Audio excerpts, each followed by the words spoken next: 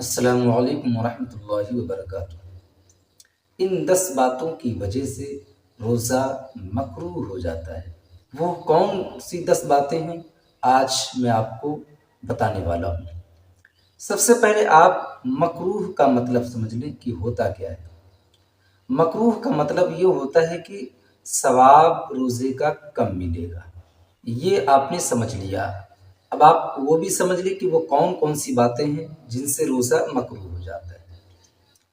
Number 1، عورت کا بوسہ لینا، گلے لگانا یا بدن چھونے سے روزہ مکروہ ہو جاتا ہے، جبکہ یہ اندیشہ ہو کہ انزال ہو جائے گا اور ہم بستری کرنے میں مبتلا ہو جائے گا، اس صورت میں روزہ مکروہ ہو جاتا ہے۔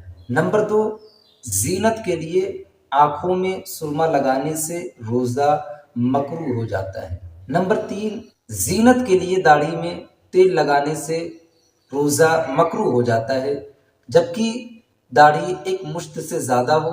نمبر 4، روزے کی حالت میں کلی اور ناک میں پانی چڑھانے کے درمیان مبالغہ کرنے سے روزہ مکروہ ہو جاتا ہے۔ مطلب یہ ہے کہ منہ میں پانی لے کر بلا وجہ پانی کچھ دیر تک رکھے رہے یا غرارہ کرے اور امکان یہ ہو کہ پانی حلق کے اندر چلا جائے گا تو روزہ مکروہ ہو جائے گا۔ نمبر 5، منہ میں تھوک اکٹھا کر کے رکھے رہنا اور پھر اسے اندر لے لینا، اس سے روزہ مکروہ ہو جاتا ہے۔ بعض لوگ ایسے ہوتے ہیں کہ تھوک منہ میں اکٹھا کر لیتے ہیں اور اس کے بعد پھر اس کو اندر لے لیتے ہیں۔ شریعت نے اس عمل کو ناپسند فرمایا ہے اور اس عمل کے کرنے سے روزہ مکروہ ہو جاتا ہے۔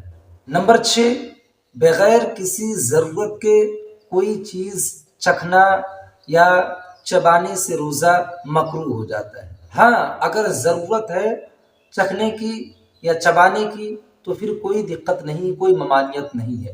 جیسے کوئی عورت کھانا بنا رہی ہے اور اس کو پتہ ہے کہ اس کا شوہر جو ہے وہ بہت غصے والا ہے، اگر کھانے میں نمک وغیرہ کم ہو جائے گا تو اس صورت میں وہ بھڑک اٹھے گا عورت پر، تو پھر اس عورت کو اجازت ہے کہ وہ کھانے کو چکھے، مگر زبان پر رکھے، اس کا ٹیسٹ محسوس کر لے کہ نمک ہے کہ نہیں ہے، اور اس کے بعد میں اس چیز کو پھر کلی کر دے۔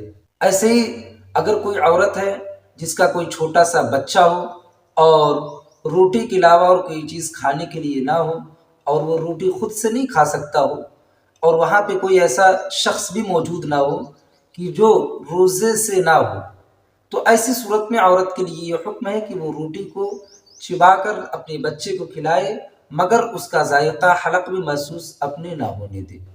نمبر 7، ٹوتھ پیسٹ کرنے سے روزہ مکروہ ہو جاتا ہے، چاہے وہ کولگیٹ ہو یا اور جو کوئی مارکیٹ میں اویلیبل ہیں ٹوتھ پیسٹ، ان سبھی کو کرنے سے روزہ مکروہ ہو جاتا ہے۔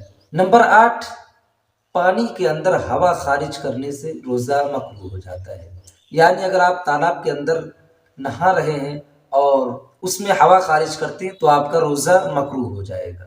نمبر 9، جھوٹ، چغلی، غیبت اور گالی دینے سے روزہ مکروہ ہو جاتا ہے۔ ویسے بھی یہ چیزیں ناجائز و حرام ہیں اور رمضان شریف کے مہینے میں چغلی، غیبت کرنے سے اور زیادہ گناہ ملتا ہے۔ نمبر 10، فلمیں، ڈرامے، سیریل وغیرہ دیکھنے سے روزہ مکروہ ہو جاتا ہے۔ میں نے روزے کے مکروہ ہونے کے تعلق سے بہت قیمتی باتیں آپ کو بتائی ہے۔ اب آپ کی یہ ذمہ داری بنتی ہے کہ آپ اس کو اپنے تک ہی محدود نہ رکھیں بلکہ دوسروں تک بھی پہنچائیں، تاکہ دوسرے لوگ بھی زیادہ سے زیادہ نالج حاصل کر سکیں۔